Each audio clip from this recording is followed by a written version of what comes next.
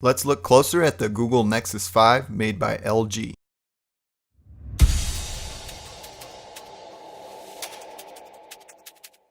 What's going on, everybody? My name is Tomas, and in this one I'm going to review the Google Nexus 5. I have the black 32GB model, and I've spent a little over a month with the handset, so I think I've got a pretty good idea on what the phone does well and not so well.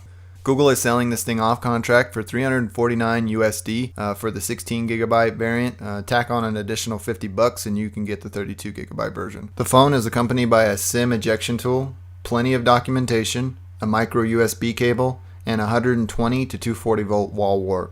With that, you can pretty much charge your phone anywhere in the world. A disclaimer with this: I found for those of you that have this handset or are thinking about getting it, ensure that you don't lose your SIM tray ejection tool.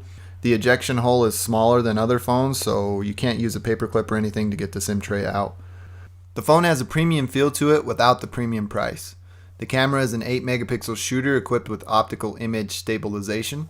Around the left side of the phone is a clean cut ceramic volume rocker. Up top are 3.5mm headphone jack and a noise cancelling microphone.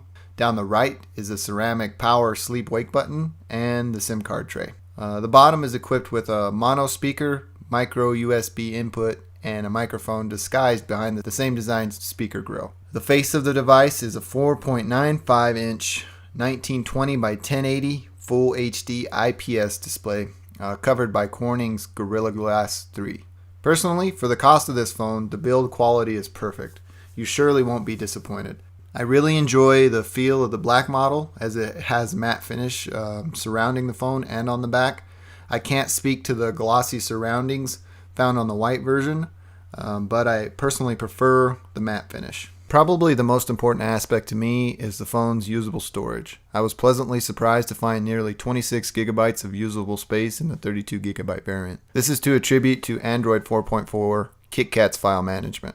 Instead of going through a full list of specs, which you can find on the Google Play Store, I think I'll start talking about what I like and what I don't like about this phone. First and foremost, the way the Nexus 5 has implemented Google Now has changed the way I use my phone. With that though, I think Google Now does need to be improved to integrate on a deeper level with the system framework. By that I mean I'd like to be able to toggle settings within Android. For example, you cannot give a voice command to toggle on and off Wi-Fi.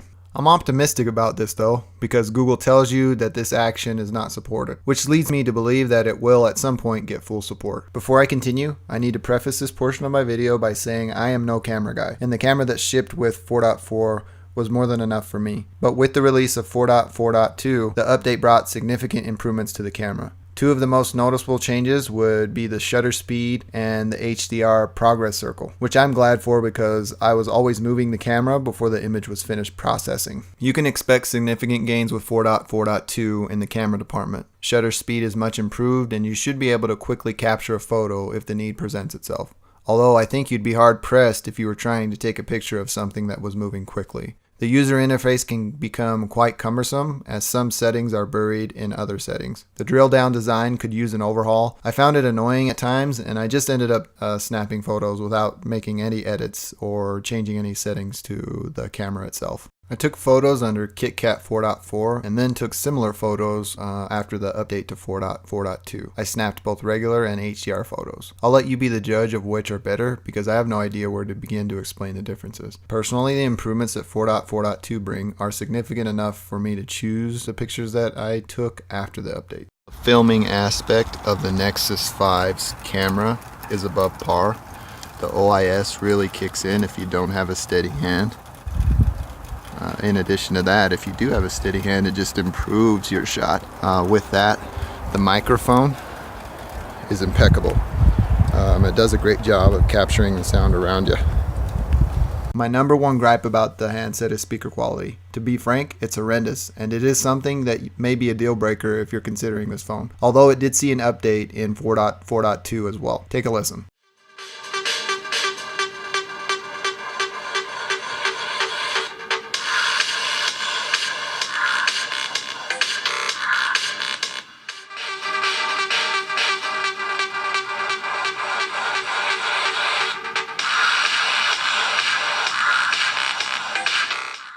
The software made a slight improvement to the speaker, but it's not anything to get excited about. Call quality is excellent, signal strength is outstanding with this handset. However, there's a caveat for T-Mobile customers. Wi-Fi calling is not supported with the Nexus 5, so if you're in an area with spotty coverage, you will need to take this into consideration if you're going to go with this phone or not. Now the golden question. How's battery life?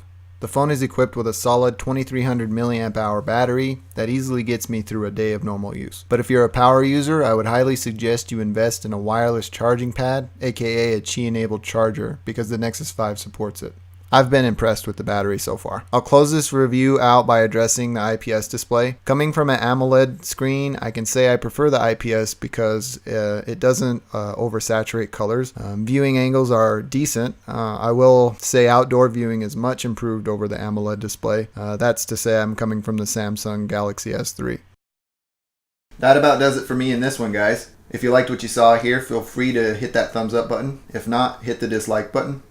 Your feedback is valuable to me. You can also find me on Facebook, Twitter, and Google+. In addition to that, feel free to check out some of my other YouTube works. Thanks for taking the time to watch this review. Have a great day.